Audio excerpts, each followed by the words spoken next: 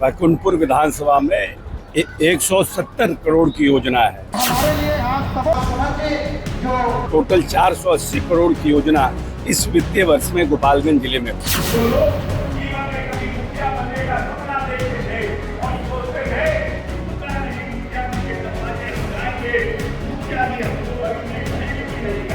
नमस्कार, आप देख रहे हैं लाइव स्टेज। मैं हूं अयाज। देखिए कि आज बिहार सरकार के ग्रामीण विकास मंत्री अशोक चौधरी गोपालगंज आए थे।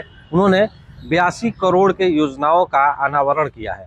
साफ तौर पर आप तस्वीरों में देख रहे होंगे कि जब वो वहां पहुंचे तो उनका स्वागत भव्य तरीके से किया गया। जेसीपी से उनको फूले बरसाया गया, वहां के लोगों ने नारे लगाए और उनका बेहतरीन स्वागत किया गया। आपको बता दें कि नागरिक परिषद के उपाध्यक्ष मंजीत सिंह के क्षेत्र में वो आए थे। मंजीत सिंह खुद वहाँ मौजूद थे और उन्होंने इस कार्यक्रम को आयोजित किया था। इस दौरान जनता से भी संवाद किया गया। उन्होंने साफ तौर पर जो मुख्यमंत्री नीतीश कुमार के कार्यों के बारे में जनता को बताया और उन्होंने कहा कि ये विकास अभी कम है, मंजीत सिंह की मांग पर हम यहाँ और भी ज़्यादा विकास करेंगे। एक उम्मीद उन्होंने जताई कि बैकुंठपुर विधानसभा से मंजीत सिंह प्रत्याशी हो सकते हैं। उन्होंने स्पष्ट रूप से नहीं कहा, लेकिन इशारा कर दिया कि मंजीत सिंह यहाँ से प्रत्याशी के रूप में हो सकते हैं। लेकिन किस तरह से इस कार्यक्रम को किया गया, भीड़ कितनी थी, क्या कुछ था, वो सब हम आपको दिखाएंगे। लेकिन उससे पहले आप सुन लीजिए कि किस तरह से उन्होंने कहा है कि जो योजनाएं हैं उसका अनावरण किया गया है, जो कि बैकुंठपुर की जनता को इसका सीधा लाभ पहुंचेगा। हिंदुस्तान के प्लानिंग कमीशन और इंडियन इकोनॉमिक सर्वे का रिपोर्ट है और माननीय नेता चाहते हैं कि हम उसको 1 लाख रुपया पर कैपिटल इनकम करने का काम करें। नेता जब आए थे बिहार में, ये बिहार 118 का बिहार था। पूरा मध्य बिहार नक्सल और जातीय मार्ग में फंसा हुआ था। पूरी तरह से जातीय जो दंगा था वो पूरी तरह से आपस में फैला हुआ था और धार्मिक उन्माद भी अपने चरम पर था। जब ईद, बकरीद, होली, दिवाली होता था, बिहार में कहीं न कहीं धार्मिक उन्माद हुआ करता है था। और आज इस मंच से बोलते हुए प्रसन्नता हो रही है।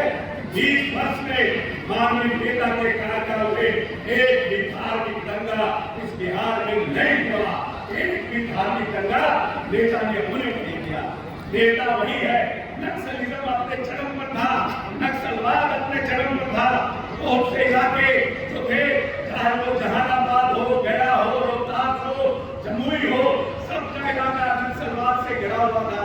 लेकिन माननीय नेता ने उसी पुलिस फोर्स, उसी झंडा और उसी डॉक्टर और पुलिस के माध्यम से इस बिहार को नक्सलवाद से खत्म करने का काम किया। जो लोग जीवन में कभी मुखिया बनने का सपना देखते थे और सोचते थे कि पता नहीं मुखिया जी के दरवाजे हम जाएंगे, मुखिया जी हमको बैठने कहेंगे कि नहीं कहेंगे, मुखिया जी हमको पानी पीने पूछेंगे कि नहीं पूछेंगे। माननीय नेता ने हिंदुस्तान के इतिहास में, हिंदुस्तान के इतिहास में पहली बार अनुसूचित जाति, जनजाति, अति पिछड़ों और महिलाओं को एक पद पर आरक्षण देकर एक नई राजनीतिक पीढ़ी को पैदा करने का काम किया और पूरे देश में उसमें महिलाओं को, आदिवासी महिलाओं की भी, उनको भी मौका देने का काम किया। माननीय नेता ने 2005 में बिहार की बागडोर संभालने का काम किया था और जब नेता बिहार की बागडोर संभाले थे तो यह बिहार मात्र 24,000 करोड़ के बजट का बिहार था और अपने 20 साल के कठिन परिश्रम से, अपनी दूरदर्शिता से, अपने वित्तीय प्रबंधन से माननीय नेता ने इस बिहार को 3,18,000 करोड़ का बिहार बनाने का काम किया। इस बिहार में जो बिहार अपनी राजनीतिक रूप से गुजर रहा था, लोगों को अपना मोबाइल चार्ज कराने के लिए कहीं जनरेटर की किसी कंपनी में 10 रुपया देकर मोबाइल चार्ज कराना पड़ता था। हमको याद है कि एक जमाना था जब लोग बाजार में जनरेटर का बिजनेस करते थे और 2-4 जनरेटर लेकर के दुकानों में लाइन देने का काम करते थे। लेकिन माननीय नेता ने न सिर्फ 20 वर्षों में इस प्रदेश की मूलभूत संरचनाओं का निर्माण किया, बल्कि हर एक घर में उन्होंने बिजली पहुंचाने का काम किया। 15 में जब माननीय नेता इस प्रदेश में घूम रहे थे तो उन्होंने देश की जनता से घोषणा किया था कि अगर हम हर घर बिजली पहुंचाने का काम नहीं करेंगे तो आपसे हम वोट मांगने नहीं आएंगे। और आपको जान के प्रसन्नता होगी कि जिस बिहार में बिहार में लगभग विद्युत शक्ति के जो इलेक्ट्रिसिटी का सब स्टेशन था, जब नेता आए थे तो मात्र पूरे बिहार में 368 सब स्टेशन बिहार में थे और आज 1260 सब स्टेशन का निर्माण माननीय नेता नीतीश कुमार जी करने का काम किया। आज पहले इस प्रदेश में 2010 में मात्र 35,746 ट्रांसफार्मर थे। आज 3,79,000 ट्रांसफार्मरों को माननीय नेता ने इस देश की जनता को देने का काम किया है और बिजली आपूर्ति सुचारू रूप से करने का काम किया है। जब नेता इस प्रदेश में आए थे तो 10.5% बच्चे स्कूल के बाहर थे, तो माननीय नेता ने सर्वे कराया कि क्या कारण है कि बिहार की आबादी इतनी बड़ी है लेकिन बच्चे जो हमारे हैं स्कूल में सबसे ज्यादा ड्रॉप आउट हमारी बच्चियों का है और इतने बच्चे हमारे स्कूल के बाहर हैं। तो जब माननीय नेता ने सर्वे कराया तो पता चला 10.5% बच्चे स्कूल के बाहर हैं। ये अधिक पिछड़े के बच्चे थे, बाहर के बच्चे थे और अल्पसंख्यक समाज के बच्चे थे और माननीय नेता ने हिंदुस्तान के इतिहास में पहली बार कोई नेता पैदा हुआ जिसने टोला सेवक और तालमी वर्ग का गठन करके बच्चों को विद्यालय लाने का काम किया। के लिए क्या खत्म हो गया या चुनाव लड़ने की तैयारी करेंगे? चुनाव से उपाध्यक्ष को क्या फर्क पड़ता है? उपाध्यक्ष तो माननीय नेता ने प्रतिष्ठा दी है कि और चुनाव में मजबूती से लड़े।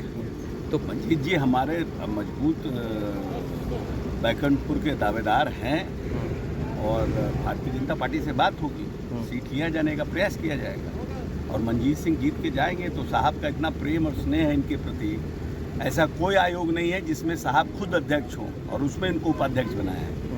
आप समझ सकते हैं कि क्या प्रेम इनके प्रति है और क्या श्रद्धा है। इनके पिताजी के प्रति भी बहुत अच्छा भाव था, समता काल के लोग रहे हैं, पार्टी को स्थापित करने वाले लोगों में से रहे, तो निश्चित रूप से सेकेंड जनरेशन को सीएम साहब आगे बढ़ाना चाहते हैं, नीतीश जी आगे बढ़ाना चाहते हैं और भविष्य बहुत है, उज्ज्वल भविष्य है पार्टी में मंजीत जी का। तो ये माना जाए कि टिकट इनको मिलेगा बैकुंठपुर से? अभी कल हम भोरे जिंदा रहेंगे कि नहीं रहेंगे पता नहीं है, लेकिन अगर मेरा बस चले तभी ये सर्टिफिकेट दे दें। हम इनके वकील हो सकते हैं, निर्णय तो नीतीश जी को करना है, लेकिन मुझे ऐसा लगता है कि ये मजबूती से चुनाव लड़ेंगे भी और जीतेंगे भी। देखिए टोटल बैकुंठपुर विधानसभा में 170 करोड़ की योजना है जिसमें 5 पुल हैं, सेतु योजना है। अभी जो हम लोगों ने शिलापट लगाया है ये जिसका जनसंवाद था ये 12/5 को माननीय मुख्यमंत्री जी ने किया था और इसका हम लोगों ने शिलापट का आज यहाँ पर उसका अनावरण किया है शिलापट का और इसमें हम लोगों ने लगभग 90 करोड़ रुपए का आज जो माननीय नेता ने किया है। टोटल हम लोग 168 और अभी कुछ योजना ये लोग बता रहे हैं नए पुल का और अवशेष का, उसको भी हम लोग लेने का काम करेंगे आने समय में। रणजीत जी लगातार इस विधानसभा के लिए चिंतित रहते हैं और हमारे दोनों एमएलसी साहब भी पूरे लोग, तो हम समझते हैं कि टोटल 480 करोड़ की योजना इस वित्तीय वर्ष में गोपालगंज जिले में हुई है। उस सबसे हम लोग खुद मर्माहित हैं।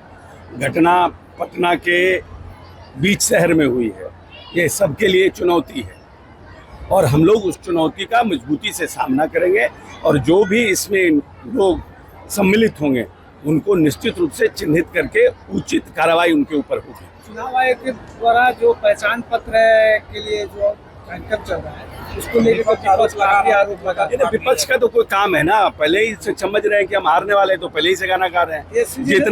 जितना मतदाता सूची में ट्रांसपेरेंसी होगी, जितने ट्रांसपेरेंसी होगा भविष्य में हर चीज में। अब पहले RTI नहीं था, पहले नेताजी फोन उठा के किसी को पैरवी कर देते थे तो चपरासी में पैरवी हो जाता था। अब कर सकते हैं क्या पैरवी? अब आप पैरवी कर सकते हैं? एक भी नेताजी फोन उठा के किसी को कर सकते हैं नौकरी के लिए? नहीं कर सकते हैं।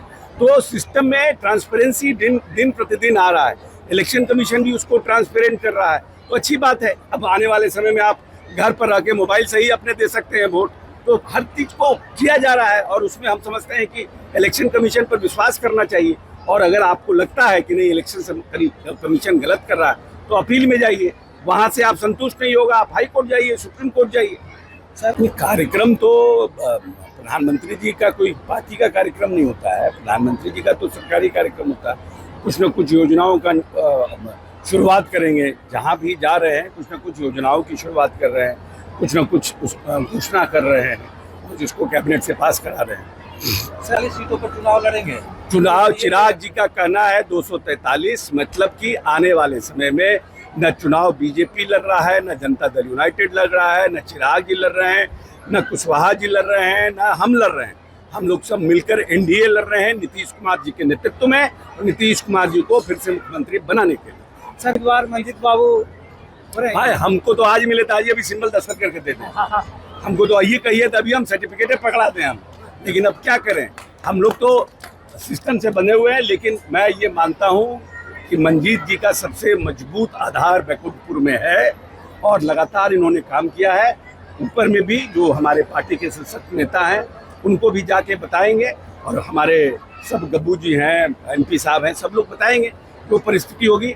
लेकिन हम महादेव से रोज एक लोटा जल मंजीत जी के लिए चढ़ाएंगे कि एमएलए बन जाए और बिहार सरकार के मजबूत मंत्री बने। तो आपने साफ तौर पर सुना कि किस तरह से उन्होंने कहा है कि बैकुंठपुर की जनता के लिए उन्होंने 82 करोड़ की लागत से 42 योजनाओं का अनावरण किया है, जो कि अब धरातल पर आएंगी तो जनता को लाभ मिलेगा। वहीं साफ तौर पर उन्होंने इशारा कर दिया कि बैकुंठपुर की जनता एक बार कोशिश करे तो मंजीत सिंह यहाँ से विधायक बन सकते हैं। यानी ऐसी उम्मीद जताई जा रही है कि मंजीत सिंह को जदयू फिर से एक बार बैकुंठपुर में टिकट देकर चुनाव लड़ा सकती है। हालांकि खुलकर अशोक चौधरी ने इस पर बयान तो नहीं दिया, लेकिन उन्होंने इशारा जरूर कर दिया है। आप देख रहे हैं लाइव स्टेज, मैं हूं गोपालगंज से अयाज अहमद।